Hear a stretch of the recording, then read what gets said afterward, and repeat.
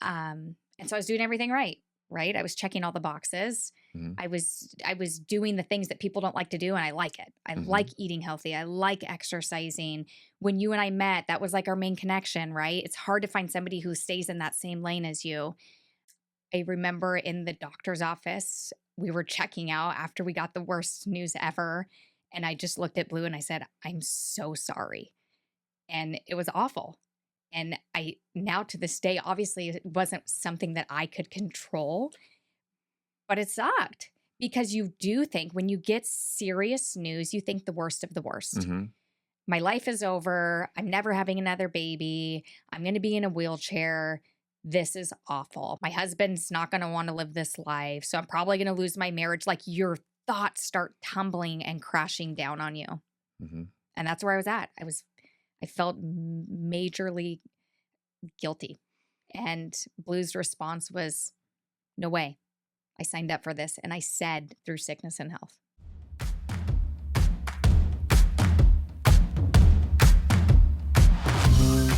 Welcome to the Blue Stiley Podcast. I couldn't think of a better way to kick off this new chapter than by sitting down with the person who's been with me through it all, my wife, Heidi. This episode isn't just an introduction to the show. It's a window into the foundation of everything I talk about on this podcast, like resilience, trust, vulnerability, and growth. Heidi and I share a story of how we met at 36,000 feet in the air, how we have navigated everything from parenting, marriage, and career pivots to her MS diagnosis. We get honest about the highs and lows, the hard conversations, and the moments that tested us and brought us closer together. If you've ever wondered what real relationships look like behind the scenes, you're going to appreciate this episode. Thank you all for joining me for this first episode. Let's get into it. Okay, everybody, welcome to the Blue Stiley Podcast. And I would like to introduce everyone to my wife, Heidi Stiley. Hello. Thank you for being on. I am excited for you to be here, even though you were nervous to get on, because this is your first podcast. It's only taken a year of your podcast to invite me on. No, that's not true at all. Our producer wanted you on all the time. He has always wanted you on because our story is awesome and I love it. But you're our first episode for the Blue Stiley Podcast, and I figured what better way to dive into building trust and meaningful relationships and navigating life's challenges than for everybody to get a sneak peek into what we have as a family dynamic and as a relationship and how we have a family As a marriage. Exactly. So thank you for being on. I'm so excited for this, probably more than you, because I love you with more than anything in this world. So thank you for being a part of this and for the support for me being able to do this. Absolutely. Thank you for the invite. Well, let's start off with introducing yourself and how we basically met, because everybody's heard my side of the story, but nobody's really heard your side of the story. And depending on the day or who you ask, it might be a little bit different. But we met over in the Seattle area. We met actually probably more over Central Washington because it was at 36,000 feet in the air on an airplane. And so I think we would need a whole episode in itself to explain this story. But the expedited version is I met Blue while I was working as a flight attendant.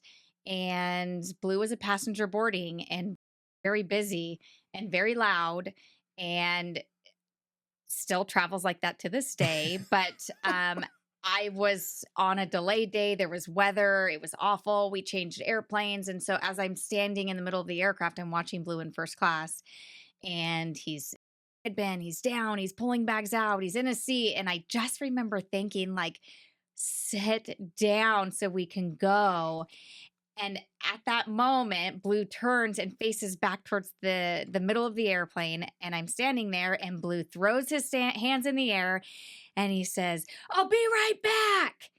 And it was loud because I heard him from the cabin divider of first class and main cabin to the middle of the aircraft. Do you align? True. I align with that. And it's not like I fly first class all the time. Not anymore. It was a giant. Yeah, exactly. We have free flight. But it was because I got upgraded and it was a big plane versus one of the little puddle jumpers. Right. So I just happened to be there. But yes, So right now long we're story on the same short, story. I just remember thinking, like, who is this dude? Like, I don't care where you're going. he had to go up to the desk, to the terminal to talk to the agent. He needed an upgrade for his mom. They were traveling for a family member's birthday party. He came back with his mom's upgrade. He passed me. I'm still in the same aisle. He passed me. And you were a recent flight attendant. I was brand new. Yeah. And I was on probation. When you're a new flight attendant, you're on probation and you can't do anything wrong. And you can't be too sassy. And you can't be sassy. You can't have a customer write in a complaint. And he stops where I was standing and he tells me, deeply looking at my eyes, "Don't worry, I'm back." That's the contagious laugh that I hear all the time, and I love it so much. I remember thinking, are we for real? Like, what? And I said, thank goodness. I was so worried about you. True. And again, I'm being nice. I'm smiling because I'm brand new. You have to be nice. You get paid to be nice. And so he helped his mom. She gets up. She goes first. And as he passes me, he says, "What's your name?" And I'm still thinking like, oh my God, like still I'm thinking, sit down. And I said, "My name is Heidi. What's your name?" He said, "My name is Blue." I said, "Your name is Blue?" He said, "Yep, like the color." Like the color. And I said, "Cool." And so Blue returns to his seat. I did the safety demo up in first class, and I could feel Blue's eyes staring at me the whole time. And this is about where the story will change depending on if it's my perspective or her perspective, by the way. So I look at Blue. I smile, maybe a smirk. One side of my mouth smiled. And he said in that moment, he knew that he had to give me his number. And I had to ask for your number. Well, I you wanted didn't have to the ask for your number. I opportunity. did not have the opportunity. No. And this was Seattle to Spokane flight. And so generally this is about a 40-minute flight. The pilots had to come out for a bathroom break. Flight attendants guard the door. And I happen to be the guard. And again, I feel Blue's eyes staring at me. And so I make eye contact with you again. And I smile. And then I think you said that's when you knew you were going to marry me. No, I'm just kidding. Not yet. I was like, whoa, that's a new one. Not yet. That's a totally new storyline. Not yet. No. But then I never came back up after that because you have to clean up the cabin and you have to sit down because we're landing. I never came back up. Blue looked in your wallet, and I'll let you take over from here. Well, it was 11 o'clock at night. It was foggy in Spokane. We landed. My buddy was picking me up, and it was like we had to run. Like everybody was having to get off, and I didn't want to wait to ask for your number after everybody deboarded and say, "Hey, can I get your number?" And so I basically asked the first class attendant, like, "Hey, I don't know if Heidi's seen anybody, but this is my number, and if she would like, I would love to take her out." But you forgot. All through the flight, Blue is talking to the flight attendant. "Where are you guys from? Where are you laying over? How long are you going to be in Spokane?" Like doing some recon. Yeah, I was doing background. recon. I was interested. Yes, absolutely. Fast track that. She the next day she didn't call me or text me. We went back out to the airport. Well, the night prior, I was like Googling your name, Googling who Tell me you about were. that, because that's new. That's interesting because when Googling your somebody business. gets right. So it's so funny in today's society, like anything that you put online is there forever. And it's like you only have to look up somebody's name now and you can do like Facebook stalking or whatever. And you did that night. I did do that. Well, not Facebook stalking, but I looked up your business. I went to school for exercise science. You owned a gym. So I go, okay, well, there's a point. Like you get 1 point. And so I just thought I would sleep on it because I feel like it was different back then. It felt awkward. Like you don't know me. I don't know you. Why would I be And like this is you just 14 met years me on ago. an airplane? Yeah. Why would I randomly call you? And for the record, I've never asked a flight attendant out in my life. So that was new for me too. And so then I got back after my 4-day trip and I finally decided, I'm going to text this dude. And so I texted Blue and I said, "What's the number or what's the deal, Mr. Stiley? You can't give me your number yourself." Yep. And that was it. That was it. And then it took about 2.5 weeks to actually land a date with you. And we went to Pike Place Market, met at Starbucks. And I think we sat at that Starbucks for probably 4 hours. I think it was talking. 4 hours. And we left the Starbucks and we decided to continue the date and walk Pike Place. And we came to a red light. And when we came to the red light, we had to cross the crosswalk. And I want you to say this story because this is a big moment. I will say go back a little bit to the beginning of our meeting. Mm-hmm. I had an emergency code word with my best friend. If things went sideways and I texted this emergency code word, that was like, save me. Mm-hmm. But it never did. We had 4 hours, so many connections. The conversation was easy. And so fast forward now to where Blue was talking about, we're getting ready to cross the road. We're in a big group. If you've been in downtown Seattle crossing the road, you know it, just everyone's waiting to cross. Turns green, the walkie man goes up, and Blue looked over at me, down at me, put his hand out and said, let's go. And it's something inside of me. I just knew in that moment, like, this is it. I wasn't interested in finding something serious, and I don't think Blue was either. Correct me if I'm wrong, but Nope. I think we were both in a spot in our life where we weren't looking for another person to date or get serious with, but it just happened as it should have been. And then I knew right then and there, like, this is who I'm going to marry. And that is true all the way up there. And for the record, I am the first person to say I love you. So I want that on the record.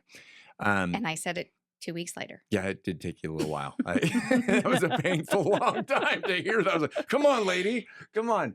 And that's how we met. And then we, let's fast track this. And basically as soon as we met, we both kind of knew we were in a good place.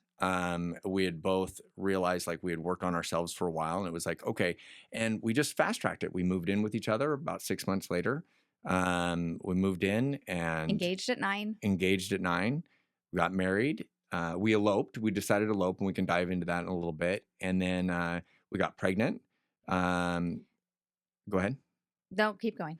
We got pregnant, and basically we just started our life at that moment. And up until that point, it had been fast tracked. And we, as a relationship, as a married couple, and as I would say that our biggest thing is our age discrepancy. I mean, they were 12 years apart. And so it was like immediately we had these challenges going forward, but we didn't have any time to sit back and think about these challenges. We just started to solve the problems. Well, and I think what you forgot is we did try and start planning a wedding. We got engaged. We started looking at destination weddings. We both love to travel, and we started seeing the price tag on destination weddings. We also were interested in buying a house at the same time. And so we came to the agreement that eloping was our thing. And so we secretly eloped. But it was hard, right? We had to secretly do it. We had to make the choice. Do we want to put money towards a new home? Yep. We wanted babies right away. And so I think that all plays into navigating hard things. And a lot of it driven by the fast track decisions we made. Oh, and I think as we were making those decisions, I think one of the most beneficial parts is that we communicated our goals to each other. And we kept talking through it. And even though it seemed like it was very, very fast, it was all in alignment. Like we were really easy to set these goals together. And I think that supporting each other really helped fast track it. Because looking back, we made a lot of big decisions and we overcame a lot of challenges, but we did it kind of with ease. I think ease for you and me. I would say a lot of people in our life questioned our decisions. True. And the speed of our decisions. Well, and every time somebody would talk to us, they're like, what do you have now that you have to tell us, right? Like, what is the newest stuff? Because we told our parents that we eloped. We told our parents that we were pregnant. We told our parents that we bought a home. Like, there were lots of things that we were going through that our friends were like, oh my gosh, every time we talk to you, there's some big major change. Because most of life's challenges happen in like these huge different increments, but it's like we did them all at one time. Yeah. We shotgun blast everything, basically. Totally. But I think through it all, whether everyone else was on board, we were on the same train. Yes. And I think that was really important to be, we're on the same train and we're going the same direction and the direction we both wanted to go. Yeah. And I think we made it fun.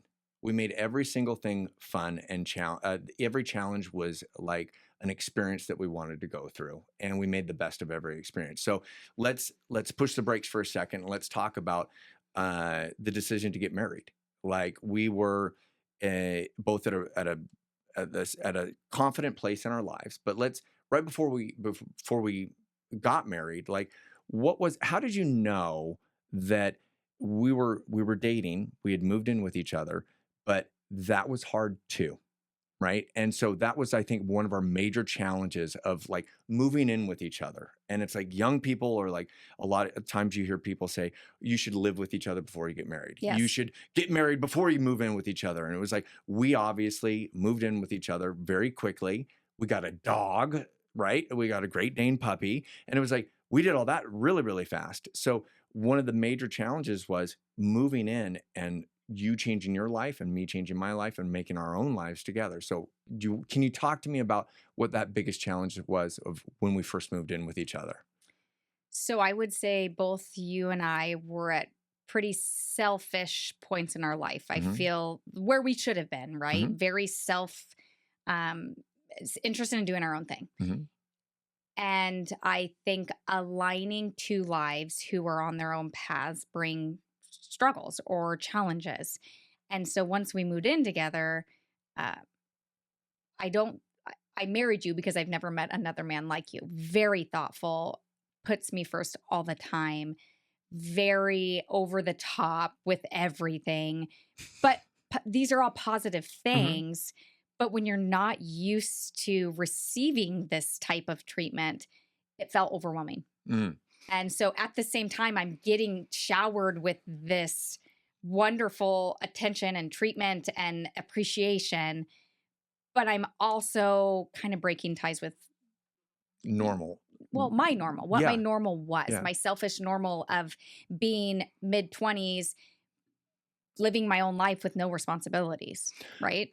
Well, and I love that you say that because in my shoes, it was also out of normalcy because it wasn't the normal person I was dating. Because I think most of our listeners would agree, like when you date someone, as you date and you're in a relationship for longer and longer, these red flags start to pop up. And I always remember thinking to myself, like every time I would think a red flag would pop up between the two of us, you would blow it out of the water. It wasn't a red flag. It was like a positive catapult every single time. Like you would, instead of disappointing me or making me mad or arguing with me or making me feel resentment, anything like that, it was just like you would positively lift me up and support me in a different way. And something that stands out all the time is when we were living together, we weren't even living together, and I was working and I hadn't eaten all day and I was training and I had clients back to back. And I remember my client turning to me and saying, "Oh my God, it smells like a barbecue outside." Because my studio was attached to the house. And it was like this wonderful barbecue. And I was like, oh, my stomach was growling. I was like, I'm so hungry and I have so much more to do. And my client left, I walked out and you had actually made dinner for me, even though we weren't going to eat dinner, but you knew that I needed to eat. And it was like, that was one of those moments where it was like, she put herself behind me and it was like, you went above and beyond for me. And it didn't take a lot, but it made such a difference to me. And especially that day. And it just showed me how wonderful you are and how you put me like you lifted me up. And it was those little moments that would always catapult me. And so flipping that on that side, it wasn't a red flag. It was always a positive. Well, and I think what we forgot to mention is during that 6 month mark when we're trying to figure out how to put two lives together, Mhm. of living with somebody and putting your lives together and figuring out where each other fit in one another's lives, I almost moved out. Mhm.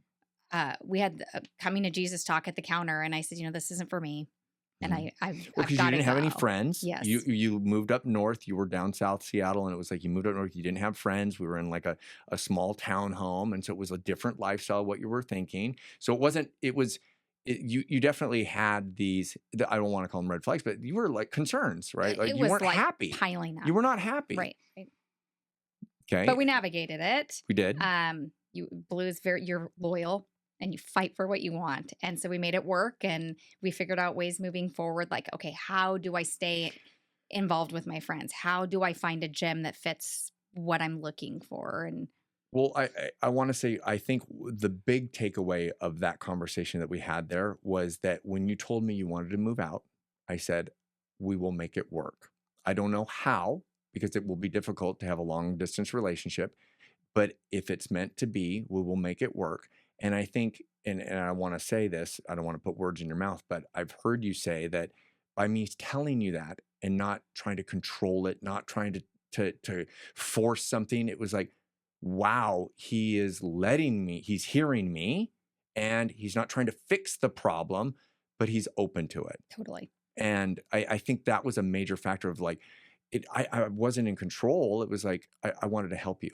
Well, and I think we all come to conversations with an understanding of how we think it's going to go. Mm-hmm. And I thought it would be what you were just saying, controlling or trying to make it work on a one way or making me feel guilty for how I was feeling, but that's not what it was. No. And you stayed and I snagged her and I was like, yes, okay, we've got it.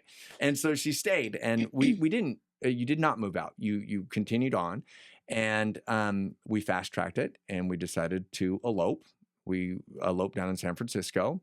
And then we also did our honeymoon basically in St. John, St. Thomas. And we surprised all of our parents, came back and told them we had eloped and they were a little upset. But at the same time, they saved money, right? So it was, but talk to me about the decision to elope versus, because a lot of our friends, they were like, oh, let's spend all this money on this big giant wedding. Oh, let's do this. Let's buy this. You and I had decided that wasn't, we wanted to remember our wedding more than anything else. And we wanted to have a party of people, but we wanted everyone at the party to understand that they meant something to us in our lives. And what greater way to do that than to actually sit down with them and not have this huge giant wedding about just me and you for everybody else. It was like you and I enjoyed our wedding, but then we could celebrate it and celebrate all of the people in our lives and how they've helped us get to where we are. And that's what we did. So can you kind of talk about like the decision of like, why is it that you wanted to elope versus just doing some extravagant giant wedding? Well, I think it was a we decision, not just me, but I don't know if it was hard. I don't think it was a hard decision for us. I didn't grow up with a dream of a big white wedding dress and 300 people attending our wedding. And the traditional picture didn't really exist in my mind. And so I do feel like when we were outweighing the pros and cons of throwing a wedding and we would probably be footing the bill of the wedding, Mm-hmm. I feel like it was an easy choice for us. Well, I also think that every challenge that we wanted to solve, we tried to make it fun, right? And so what greater memory than to elope and to make it a secret and have fun and be able to, you got your makeup done at Nordstrom, and we had my college best friend Rufus there to be our best man. We had breakfast and our in witness. bed We that had morning. breakfast in bed. There was no stress. There was no stress. And it was like, we had this 95-year-old judge that married us at the San Francisco courthouse. And it was just like, but it was, we brought your friend in to videotape everything. And it was like every moment and experience, we went around all of San Francisco, hit all the spots and got pictures of us. And we created this little video. And it was just, I remember that like it was yesterday. Yes. And what better way to take that than to spend it all on a wedding? Not that it's a bad thing to do, but It just wasn't for us. and it worked for us. Yes. Absolutely. Yeah. And so we got married, and thank you for saying yes, by the way. And soon after, I would say that right after that, we hit one of our biggest challenges as a new married couple. And that was that we got some health news. And can you please, like, how hard was it to get that phone call, or how did we decide? How did you realize that you had a health scare? So we were talking about the timing, and I think it was 2015. I was diagnosed with multiple sclerosis, and I was very familiar with the disease and the symptoms because my sister also has MS. And she was diagnosed, she's my older sister, and she was diagnosed at a younger age. So I remember growing up, navigating her symptoms and her treatments and her doctor's appointments. And so it's something I always had in the back of my mind. And in college, I was a cheerleader. And I remember symptoms back to my sophomore year in college. I was a flyer, and I remember flying in the air, feeling vertigo and thinking like, wow, this doesn't feel right. Or like burning sensations in my legs, like, oh, that doesn't seem right. But if I ignore it, it'll probably go away. And so then I would just shove it in the back of my mind. So all through college, all through cheer, I navigated these symptoms, still ignoring and not really telling anybody. Very stupid decision, but you were scared. You were It's scared. scary. You were scared of possibly knowing the truth. Well, and I feel like I knew the truth, but it Mhm. was one of those things of like, if I ignore it long enough, maybe it'll go away. Mhm. And then that stayed in my mind after college. Again, I remember symptoms. I had a really big, I had a friend who we ran a lot together. And so I can remember running after college together on the street, turning around to check for cars and having like a flash of vertigo. And so these symptoms just like kept building and piling on one another. One day I was at the gym and I was lifting and I was doing handstand push-ups and my right arm kept giving out and I just couldn't figure it out. And I was talking to one of the coaches, and this is what really pushed me over of like really committing to getting answers. And he said, I really think you should follow up with the doctor, Heidi. Like just get some imaging done and just really see what's going on. And by this time, we were dating, I'm sure. Mhm. But that at the same time But we were married. But we you were mean married. Yes, yes. we were married. I'm confused with like when we got pregnant with Mhm. Hayden and when we were diagnosed. But ultimately, I was diagnosed after Hayden was born because that's generally how it goes. The disease goes into it gets quiet while you're pregnant. Mhm. And so then after we had Hayden, after I was done breastfeeding, I had a huge flare. Half my face went paralyzed. My legs were burning to the touch. I couldn't take a shower. The water could not touch my skin because everything was burning like crazy. So we started, continued. I guess I started the care previously, didn't follow up on it.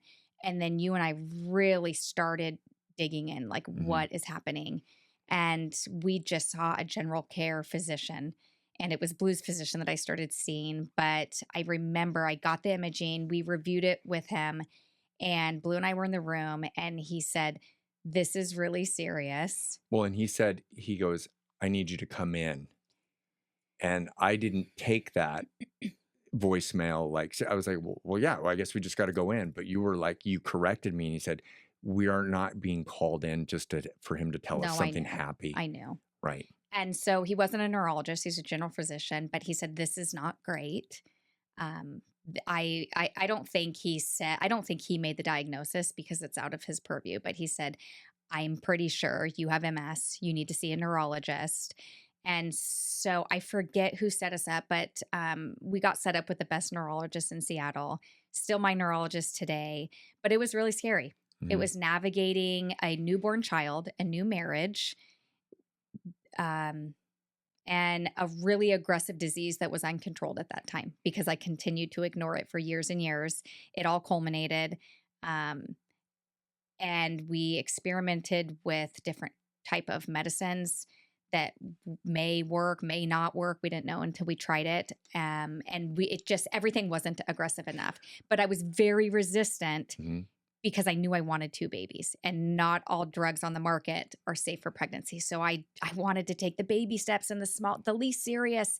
And my neurologist is going, "Heidi, you need to prioritize yourself."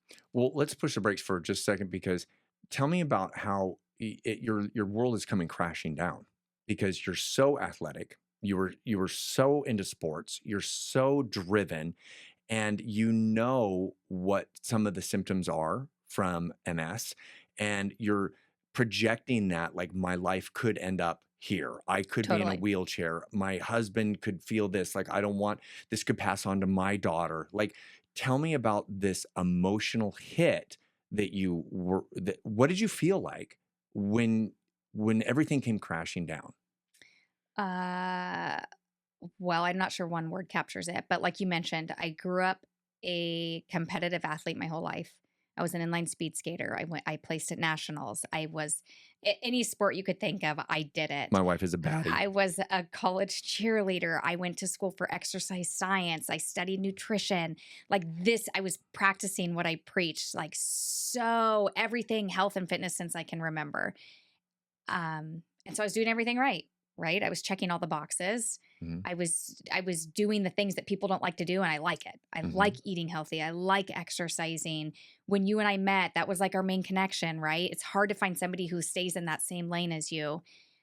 And then worked out my whole pregnancy, on and on and on. And then you get this news. And I would say if I had to capture the feeling in one word, it was probably guilt. Um, I remember in the doctor's office, we were checking out after we got the worst news ever. And I just looked at Blue and I said, I'm so sorry. And it was awful. And I now to this day, obviously, it wasn't something that I could control, but it sucked because you do think when you get serious news, you think the worst of the worst. Mm-hmm. My life is over. I'm never having another baby. I'm going to be in a wheelchair. This is awful. My husband's not going to want to live this life. So I'm probably going to lose my marriage. Like your thoughts start tumbling and crashing down on you. Mm-hmm. And that's where I was at. I felt majorly guilty. And Blue's response was, no way. I signed up for this. And I said through sickness and health. And you stayed positive and you accepted it, right? And we accepted it together and we did everything we could to solve it. And even though it's not solved, you did everything in your power to manage it. And if I was to tell anybody, or if you were to tell anybody, like, you get this news, obviously you still have MS, but how do you continuously live your life with that and stay positive? I would say understanding where I want like how much headspace I want this to take in my life. I often say, like, the one time I'm reminded that I have this disease is I get medication every 6 to 8 months. So that is the one day that I let it take headspace in my life. Other than that, I try and live our life, and it doesn't change our choices. It doesn't. I mean, we live a healthy life. We live an active life. I try and let it not affect me. I don't talk about it. I'm happy to talk about it. I'm open about it, but I just don't want it to identify who I am. And it doesn't control you. No, it doesn't. Right. And I think that out of mind, it's still there, but it's like you're able to live your life and still do the things that you want. And you've controlled that and you do stay positive. And it's almost like you don't look at it as a weakness. You're like, what can I do to learn from it? And what can I do to change my diet or my workouts? And you've just religiously acted upon that. And I think that has made you stronger. How do you think that when you heard that news, how did that make you find bad news or challenges like nothing? Like you could deflect these major problems that come at you. Did it help you realize, like, life isn't over? It's like, I got to control what I can control. And you had mentioned that, but do you think that big hit to you almost set you up to almost put a force field up now and be able to take pain and challenges easier? I would say with time. I don't think it was instant. Mm-hmm. I still feel like we're continuing to build that area. Mm-hmm. I think with maturity and experience in navigating this, yes. Mm-hmm. And other things we had to navigate as a married couple following that. Mm-hmm. But I don't think that it came overnight.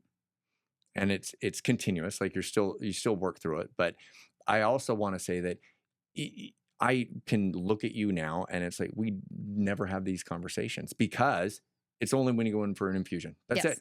And you have absolutely, you accept it and you've moved on. You've solved it. And it's like, I'm not going to let this control me. But you are that way in your life and everything. For everything. Everything. And well, and I will say, like, there are things that I deal with due to this disease at times, but I can't treat it like I used to in college when I just put it in the back of my mind, it'll go away. Mm-hmm. But I would say for the most part, we don't talk about it until we need to talk about it. Mm-hmm.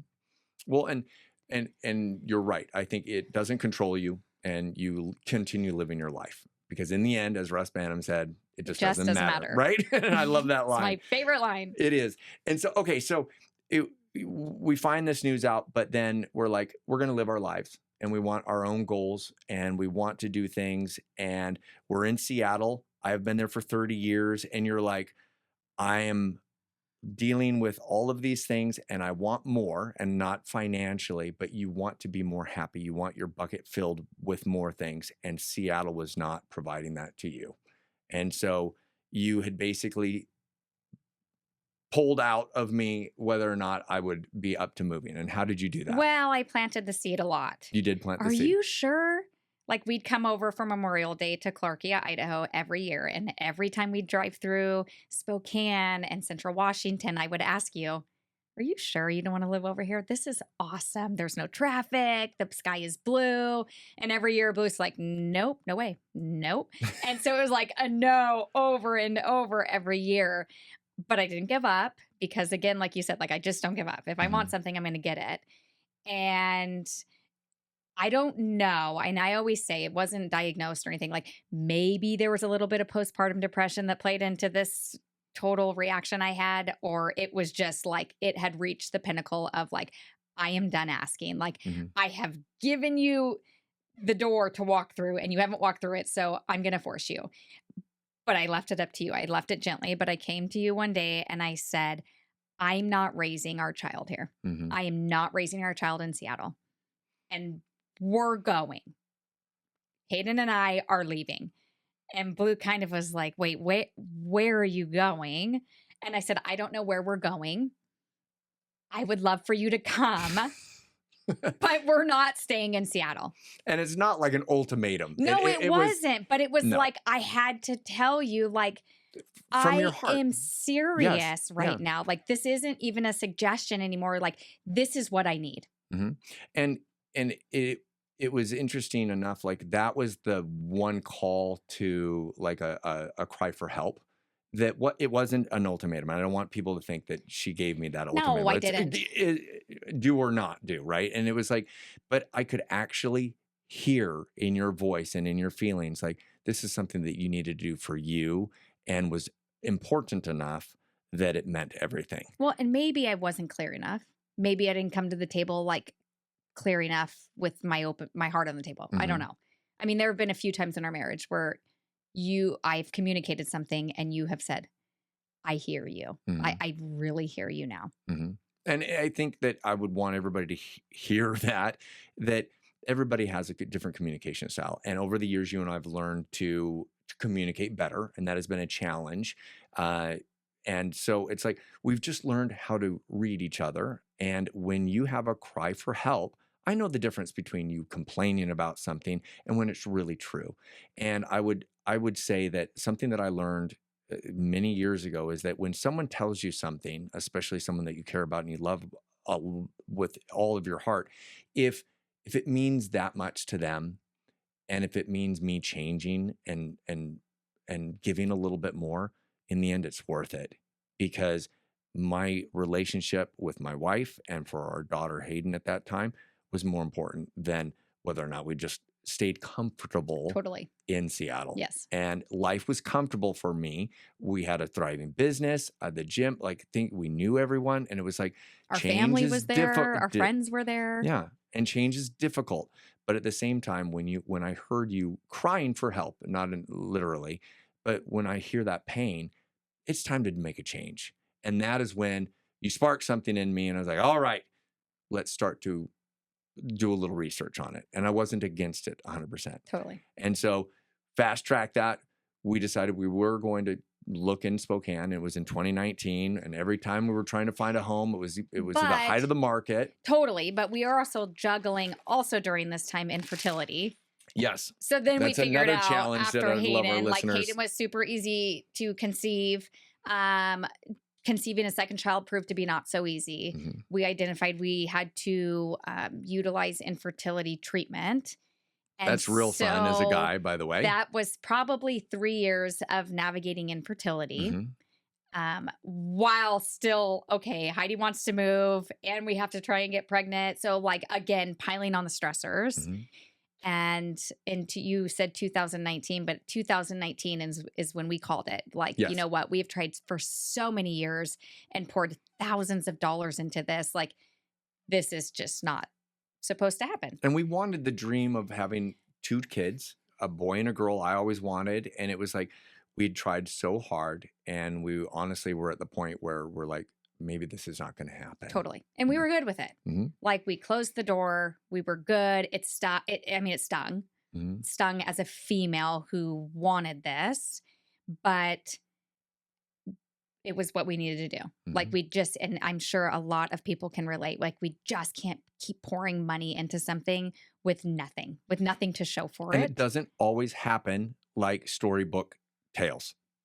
It would have been nice in your eyes, you wanted to have our daughter and then right away have a son. I wanted two And it years was like, apart. boom, that is not life. Mm. And that's not in our control. And even though we tried to control it and try to manipulate it and, oh, we can do this, it just wasn't happening. Right. So we closed it. Mhm. And that brings us to 2019. We were good. It was like, okay, we're not going to control this anymore. We're thankful. We have Hayden. She was healthy and thriving. She was probably almost 5. So we were good. We were Mhm. all good.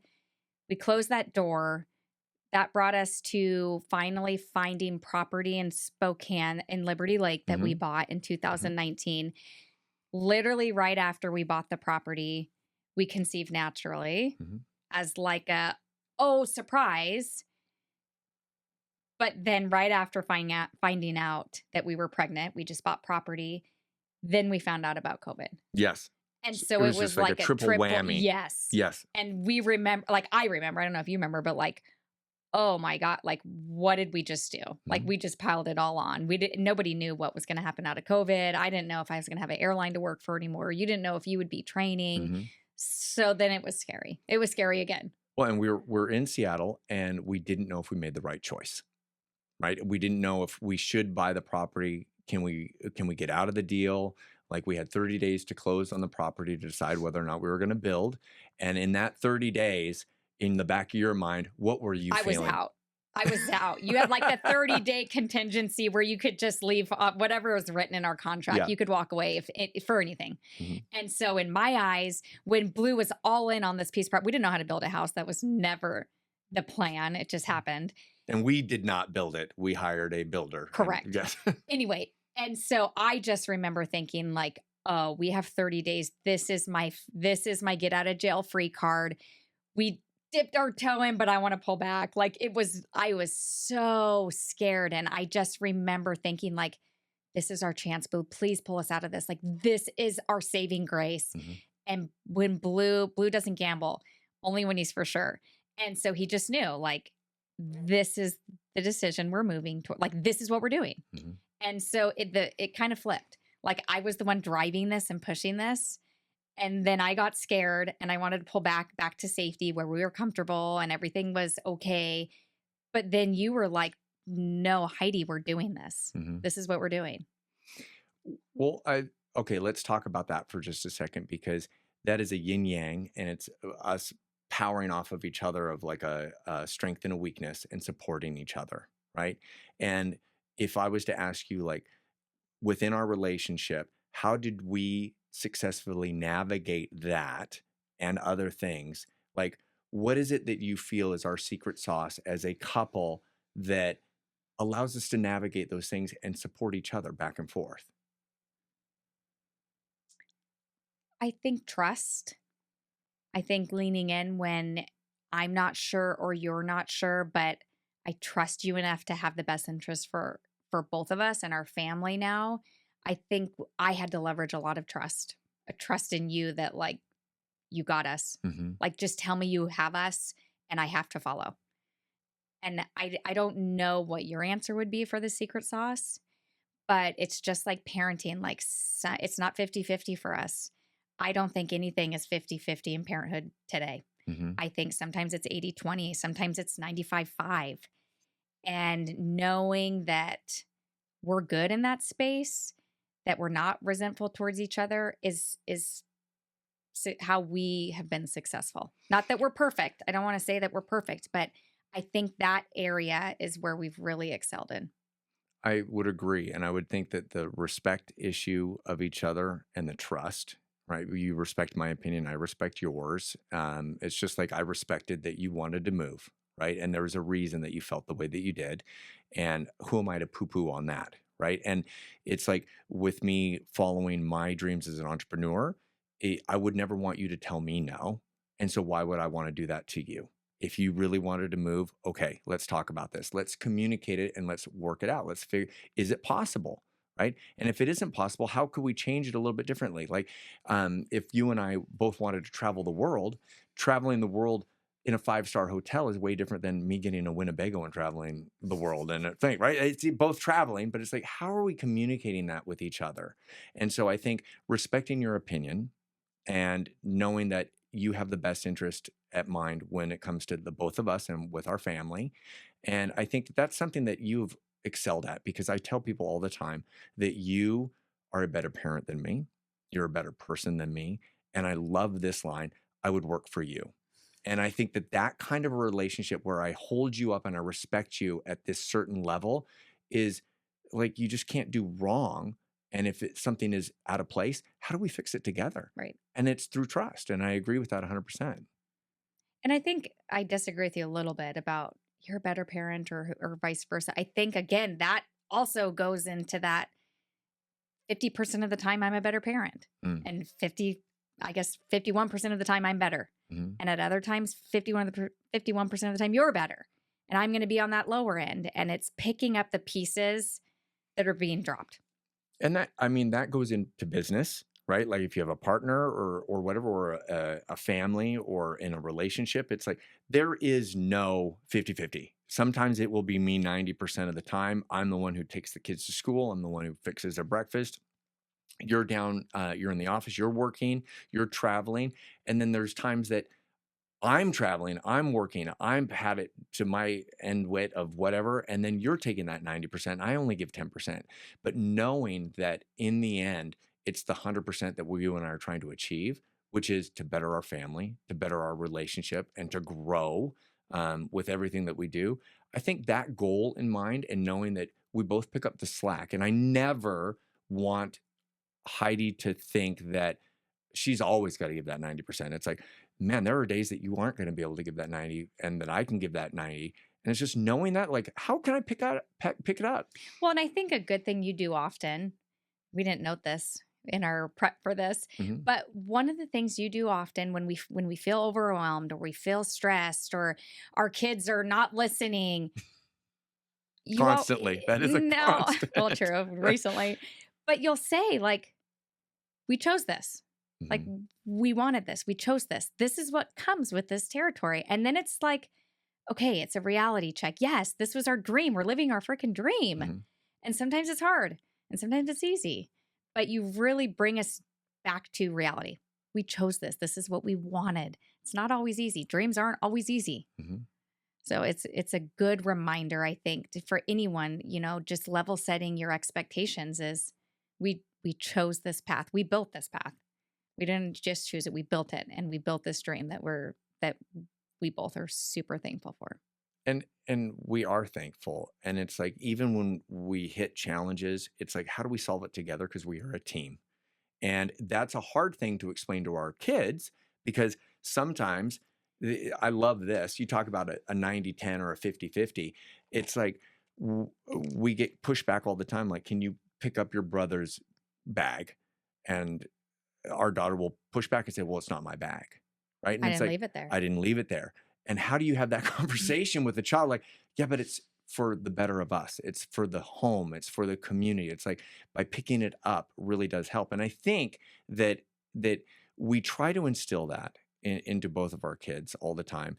And it's every once in a while that they surprise us. And you and I call these the parental dividends, where they go outside and they actually do something that they don't realize that we're watching them. But it's something that we've said or something that we've done that has influenced them in some way, and it rewards us back. Yes. Yeah. And that reward is like, that's what being a great parent feels like, and how awesome of a reward. And that fills our bucket. And that is where it ties back into what you're saying. Is like, we chose this, and we chose to be parents, and we accept that responsibility. And I think you would agree, like, I have so much more respect for my parents because of the sacrifice and the responsibility they had. Because it takes a lot, and it takes a whole community, a tribe for us to come together and to help out, because parenting is not easy. Well, and we talk about it a lot. Both of our moms were single parents, and we it's a regular conversation we have. We have no idea how they did it. Because it, like you said, it's not only a 2-parent thing, it's a community thing. Like, hey, I'm running late. Can you stand with our daughter? Really? Like, it just takes everybody. And I think, like, being able to communicate that with not taking advantage of our friends or Yes. our grandparents. Yeah. And it's like, know that they feel respected and that they feel appreciated is does wonders. Yeah. Because our kids love their grandparents. They love their time with them. And our parents love that time too. Totally. And it's like that's what that acceptance is, and that's what it's all about. I Yep. think that reward bucket is filled on everybody's side if no one takes advantage of each other. And it's always that 90-10 rule between you and us, but it's like for everybody. And I think that applies to all forms of life. So that's what I would think. What is one of the biggest decisions that you feel we've made that has changed our life? Like, what is one major decision that maybe you were really afraid to do and it has changed our life for the better? I would say uprooting our whole entire life and moving. Mm-hmm. I think that's the biggest decision we've made as a family unit. So both kids were existing at that point. And we got out of that 30-day period of like no going back. We've successfully built a house through COVID. And we decided we're doing this. Like we're doing this for our children. We wanted something slower, safer, smaller, more community feel. And it was scary. It was scary. I cried the whole drive here. Once we like Back from the Seattle. final drive on our move over, we had all of our cars packed to the rim. All of our U-Haul, the bigger stuff was gone, but I cried the whole way because you're questioning everything in that 4.5 hour drive of, did we make the right decision or did we just screw up our kids' childhood and they're going to resent us and we're never going to find new friends Right. and they're going to have, you know what I mean? Again, all your thoughts start tumbling on top of you when you're doing something that's not comfortable. But I would say, I say this often, that was one decision that's played out tremendously well, where it feels good to say, dang, we made the right decision. And I think it took a lot of conversations. It took, and you and I don't really, we never fight. We don't argue. And I think one thing that I love when people that we know start to get married, they're like, what's your best advice? Or like, what would you do? Or what would you say? And I think you would agree that one of the greatest pieces of advice that we could give anybody is that never to say anything that you can't take back or do something that you can't take back. Because that does build on that trust and that meaningful relationship with each other, that respect. And it's like having that conversation all the time has done wonders for us because we never go to bed mad. We always communicate. We find a safe place to talk about. And that was a big thing at the beginning. Like we would battle at night or something like that. Like, oh, we got to move. And it was like, well, it's 11 o'clock at night. Like, can we wait until tomorrow? And if we're going to have a financial discussion, let's not have it at 10 o'clock at night when we're all like, we're ready to go to bed so that you don't go to sleep at night. And it's like, because I can go to bed really easily, even, right? And so finding a safe place to be able to have that conversation. Well, and I would say now too, we make it a point to try and not have a discussion around our kids. Absolutely. Absolutely. Like and that's a heated hard, right? Well, that is yeah, hard. because wherever you go, they are. Yep. So if you go somewhere to a different room, they need to know where mom and dad are. So it is hard. Well, and having conversations, you and I both have, and you started this, how important it is for us to have dinner together as a family or breakfast together. And honestly, we basically have dinner together as a family almost every single night. Yes. And we sit around that and we have conversations. And I think communication is so important because you and I have both learned from that, the power of communicating well and being able to understand each other's love languages and what works for both of us. And we try to instill that in our kids. Well, and I will say, when it does happen in an environment like that, over dinner or as a group in the living room, it's not always cotton candies and roses. I mean, sometimes we have to have tough conversations with our kids or have tough conversations about something that somebody said at school, blah, blah, blah. But also, you and I are really good at apologizing too, to the kids. So if we, I don't know, said something, if we raised our voice or whatever that looks like, we do make it a point to say, you know what, we messed up and we're really sorry. But just showing our kids that, like, hopefully we're instilling these healthy communication styles or skills with them. Like, we're human. Like, we're parents, but we're also human, and we're still learning too. I just told Hayden that the other day. I was like, I've never been a dad before. And so the way that we discuss things or we have conversations and like how we deal with those life experiences with school, because our kids come home and they tell us these stories and like, oh, I don't know how to do that. Like, I mean, I remember learning to change a tire. Like, I didn't know how to change a tire until I was forced to change a tire. And so we're parents. We're navigating this newness This is as our well. first time parenting. This is your first childhood. This is our first time parenting. And that's where the community also comes in, though, because we have friends that we can lean on and we can ask for opinions, because there's no right or wrong way to be a parent. It's what works best for us. And I think that dynamic, we've worked really well. But we're challenged all the time. And we're hit with news all the time. We're like, I didn't think that I would have this conversation today, but we are. I think we learned when they were younger, if you get a question you don't know, it's, you know what? That's a very interesting question. Let me think about that. Yep. And that buys you at least 5 seconds to figure out something that will tide them over as an answer until you figure out the real answer. Well, and to be honest with them. Totally. And because sometimes they're right. And it is the most interesting thing when our kids will, instead of whining and throwing a tantrum, they're able to use their words just like you and I do. And we try to use our words when we have a conversation or we try to set a goal or something, that when they're able to diplomatically explain their situation without a tantrum or whine, it brings our respect level up to the same level, same table. And we're like, oh my gosh, are our kids about to have a real conversation? And then what's really hard is when they're right. And they prove us wrong. And we're like, and one of the greatest ones. You just did it last night and you're like, you know what? You're right. Hayden, you were right. Yep. And I am absolutely wrong. And I'm very sorry. This was the ping pong. Yes. Oh, quick story. She had wanted the kids. I don't know if anybody else experiences this, but at night, kids don't want to go to bed. They want to stay up as long as they can. And they want to want watch a movie. They want dessert, whatever. And our daughter asked me to play ping pong. And she was like, Dad, will you play ping pong with me? I'm like, yes, we can do that. And then a few minutes later, they got into a battle and they were fighting, but they wanted ice cream. And they said, Dad, can we have ice cream? And I'm like, okay, do you want ice cream or do you want to play ping pong? Because we can't do both. And Hayden said, I would rather play ping pong with you, Dad. And I was like, that is a correct answer. And as a result, you're going to get both. And so but then we lost track of time. They had their ice cream. They got in a battle and we started to get ready for bed. And they were stalling, and Hayden wanted to play. You were hard, Dad. Yeah, I was the hard dad. We're going to bed. And Hayden was like, no, Dad, you said ping pong. I'm like, oh, and then you jumped in. You were like, no, it's time. We can't do everything. And then Hayden diplomatically turned and said, Dad, you told me that I chose I didn't choose ice cream over wanting to play ping pong. And go, oh my gosh. And you jumped up off the couch and you were at the ping pong table. And she was right. And it was the most interesting thing because I turned to Heidi and I said, I have to do this.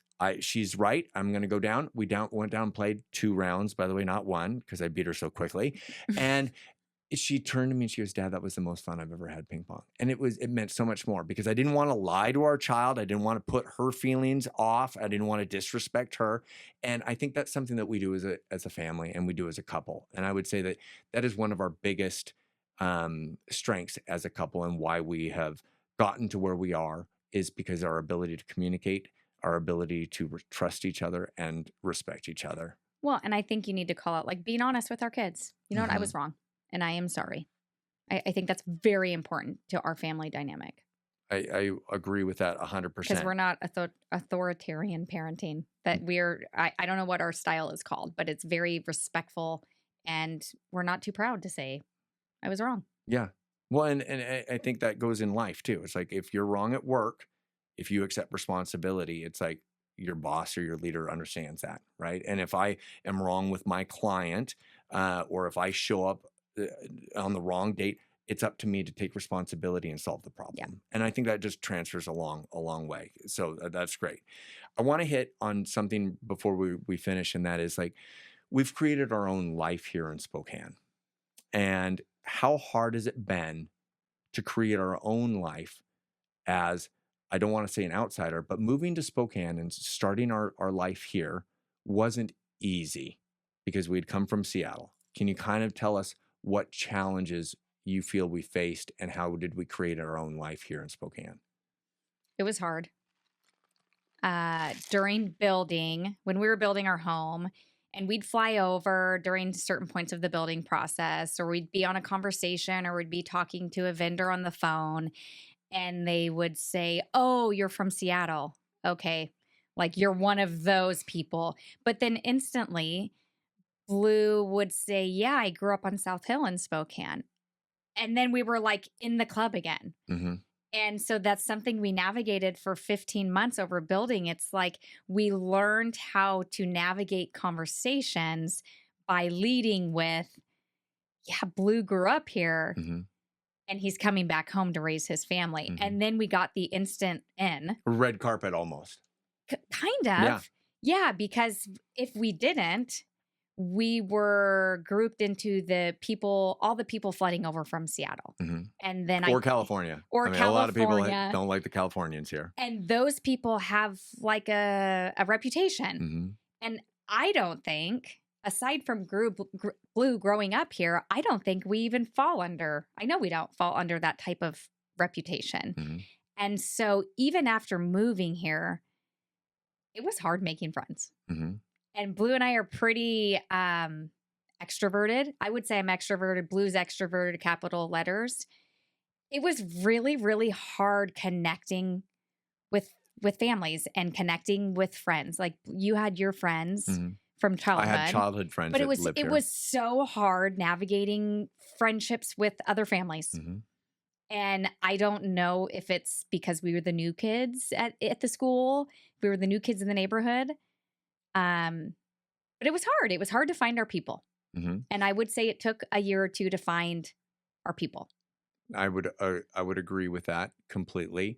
What was interesting is that I think people looked at us as like we were fake, and people didn't believe that we could be that kind or that we would be that optimistic or that extroverted. There was always some MO behind it. And I think people judged us and they were like, should we let these people into our lives? Right. They are like from Seattle. Protecting their circle. Protecting their circle. And there's no way that they're that kind. And we had friends over and they thought that their son had told them that they were, I bet you anything they sell Confederated products or they do some pyramid scheme. And that's the only reason they're that nice. And so the whole 3-hour dinner, they were expecting us to pitch them our business. Right. And then as we were wrapping up the night, they said, we have to tell you something. Yeah. And they told us. And then we were like, well, the night's not over. Yeah. We played with it. But no, it's just funny because you can be nice. You can be optimistic and kind to other people. And there doesn't have to be something in the background or like some MO behind it. There's no reason to it other than really being that optimistic, that happy and that kind to people. And it's like, it did take some time, but now we have this group of friends that we love and adore and we look forward to seeing all the time, and our kids get along. And one of our family members, one of our kids' friends pulled me aside a few months ago, and he was like, Blue, it's really cool that our kids get along. And it is really cool that my wife gets along with your wife, but it's even cooler that you and I get along. And it was like, that's rare. It's right? hard. All parents listening, it's hard. Yeah, it's hard to check all the boxes. Yeah, because my wife might get along with that wife, but I don't really have anything in common with the husband. And so it's like, if we are going to hang out, it has to be like at a certain time or a certain thing and whatever we're doing. And it's like, I think we've done really, really well because we have some families in our lives now that it's like we look forward to being with them. And they save a seat at their table. They invite us, and we do feel welcomed and like we belong here. Do you feel that? Because I do, because I was born here and I'm a Spokaneite. But do you feel now that you've been accepted as a fellow Spokaneite? I do, and I've built some pride. I've built some pride in where we've planted our roots. I love that, and I hope that our kids grow up feeling that pride too. Mm-hmm. Would you say that if you were to say what the best thing about being in Spokane is, what would that be? What would be your number one reward for being here? And even though we're in Liberty Lake, it's all at Spokane. It's Greater Northwest. I think it's allowed us to slow down the pace of life. And like everyone can relate to, life flies by. And it's allowed us the chance to just slow down with our family. Mhm. We've intentionally built our environment to allow us to just be and make memories and enjoy one another. Mhm. I want to add on to that because it reminds me of being born in Spokane, moving to Seattle, going to a big city, and then moving to Tokyo City, and then realizing like that was too big. So I had to move back to Seattle. And I rooted myself there for 30 years. And then to come back here, it really did slow things down, but it made me appreciate life much more.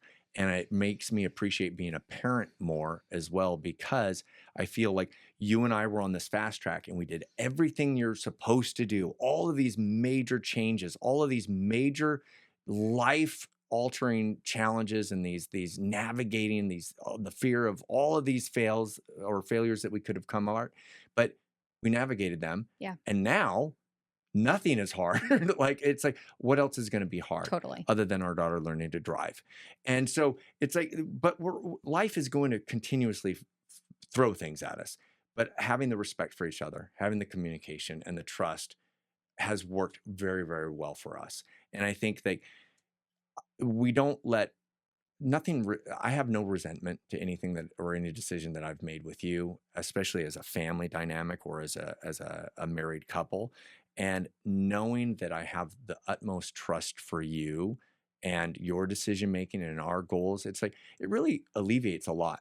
It makes me I don't worry about anything because I know in the end your intentions are to make our family better. And it's like it's so relieving to have a partner that I can count on, that supports me, that communicates with me and believes in me and makes me feel like I'm appreciated. And you do that every single day. And even in the 90-10 days where you're only giving me 10%, I know that your heart is there.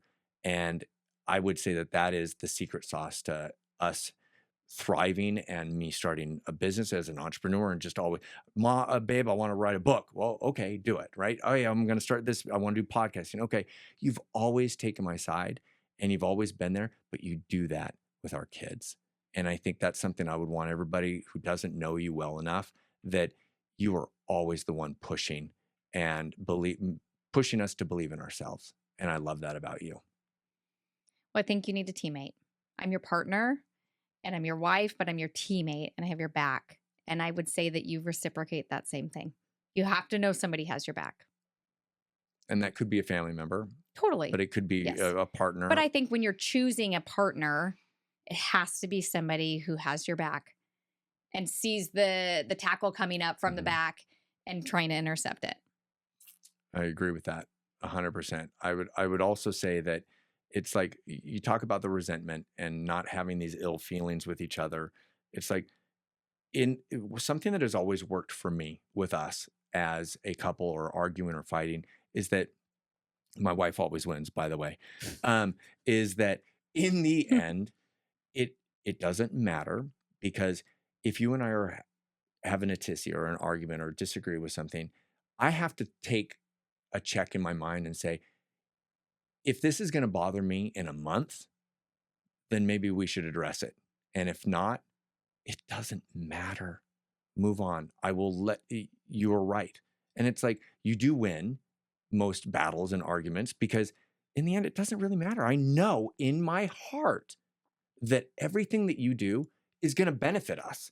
And so, what's that disagreement prove? There's no benefit for me putting you down. There's no benefit to me making you shameful or embarrassing you or calling you out or saying something that I can't take back. There's no benefit of that. And knowing that and knowing that in the end, it's not going to matter in a month. Oh my gosh. It's just for the both of us Yeah. and it's for our family. Yeah. And you just do that for me. And I love you and I cherish you. And I'm so grateful that you wanted to be a part of this and to be our first episode on the Blue Stiley podcast. I love it. And before we wrap, I want to say, how hard was it because you know the back end of this. How hard was it to go from navigating no to the Blue Stiley podcast? Like, how did you help me decide to do that? I think it organically matured into it. Navigating no was wonderful. And I think the feedback that you continued to receive was like, we want more. Mm-hmm. I wanted more. Like, give me more. Give me the goods. Mm-hmm. And so I don't think it was hard at all. I mean, I thought it was kind of fun. The rebranding was fun. The opportunity to take this bigger and better, it organically kind of grew into it. Well, and you did, and you supported me. And I'm going to throw out one more major thing. You talk about the power of a business or of like a partnership to be able to brainstorm with someone and know that any feedback that Heidi ever gives me it's not criticism. But it's not so honest. It is brutal. It is, but I love every minute of it. But it's out of love. Is it? You know, it comes out of the most honest place in my heart. Yeah. But you need that in your life. Yeah. You need somebody who you know, like, okay, that burned a little bit, but I know you love me. Mm-hmm. And I don't know. I feel like that's my job. It is your job because I need to hear it, because my way is not the only way. And if you have a woman's perspective, I have a man's perspective. I have an older perspective, you have a younger perspective. It's like, I love 80s music and you don't. And I love Star Wars and you don't. Sure. And that's okay. But I support you. I support you too. And I love you with all my heart. Thank you for being here today, yes, babe. And thank you. It means everything to me for your support and you being, I'm going to call you out on this. You are a better parent than me. And I look up to you, to the way that you treat our kids and the goals that you have for us. And knowing that you have my back lets me go do these things, because I always know in the end that somebody is doing something for us every single day to make our life better. And you are that foundation that our family has and needs. And I feel blessed that I met you on an airplane and that you actually text me. So thank you. Yes. Thanks for having me. I love you. Love you. If this episode brings you value or you know someone who could benefit from it, the best way to support the show is by sharing and subscribing. It's completely free and helps us reach more people. And if you have any questions, feedback, or guests you'd like me to interview, drop a comment while you're there. I'd love to hear from you. And most importantly, thank you for tuning in. And let's continue sharing optimism and positivity.